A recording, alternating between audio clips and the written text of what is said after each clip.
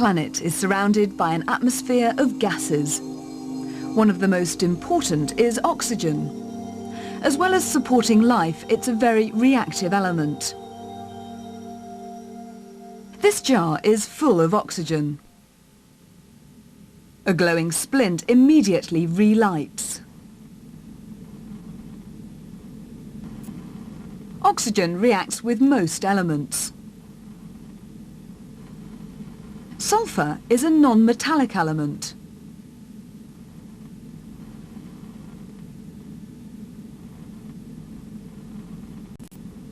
When it's heated and plunged into oxygen, it burns with a characteristic blue flame and forms sulfur dioxide.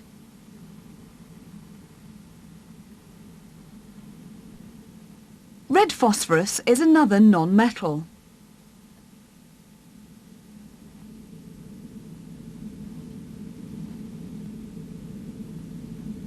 When it's heated, it ignites.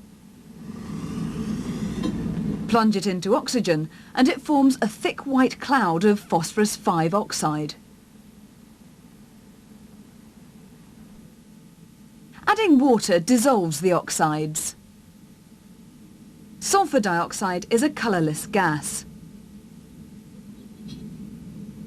The white phosphorus 5 oxide has settled in the jar. A few drops of universal indicator test the pH. The solutions are both acidic. So how do metals behave?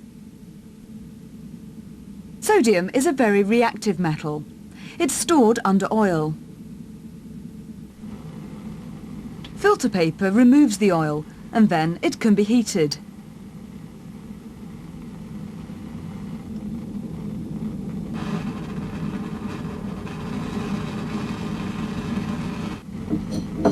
Add it to oxygen and it forms white sodium oxide.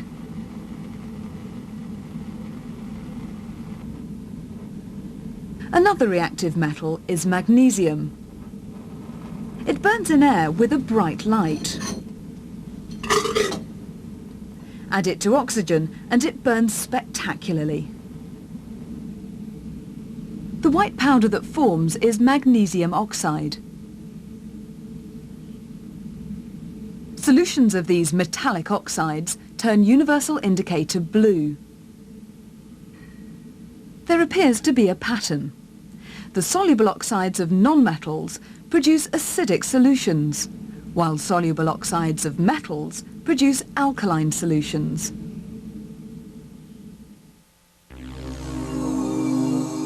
Oxygen only makes up about 1/5 of our atmosphere. The rest is nearly all nitrogen. Just like oxygen, nitrogen gas is colourless and odourless, but it's fairly unreactive. It extinguishes a lit splint. Nitrogen gas liquefies at a very low temperature, so it has to be handled carefully.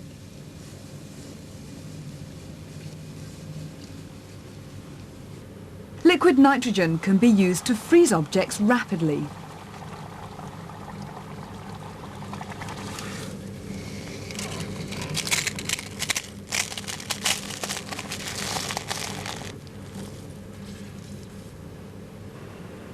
On a small scale, it can also be used to liquefy air. A clean, dry test tube is dipped into liquid nitrogen. After about 15 minutes, a liquid appears in the tube. This is liquid air.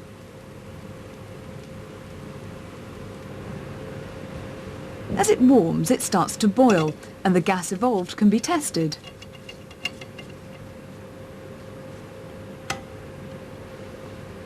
At first, the gas extinguishes a lit splint. So, which gas could this be? But after 4 minutes, a glowing splint relights. What gas is boiling off now? Nitrogen boils at a slightly lower temperature than oxygen, so it vaporises first, leaving behind liquid oxygen. Because they have different boiling points, oxygen and nitrogen can be separated from air.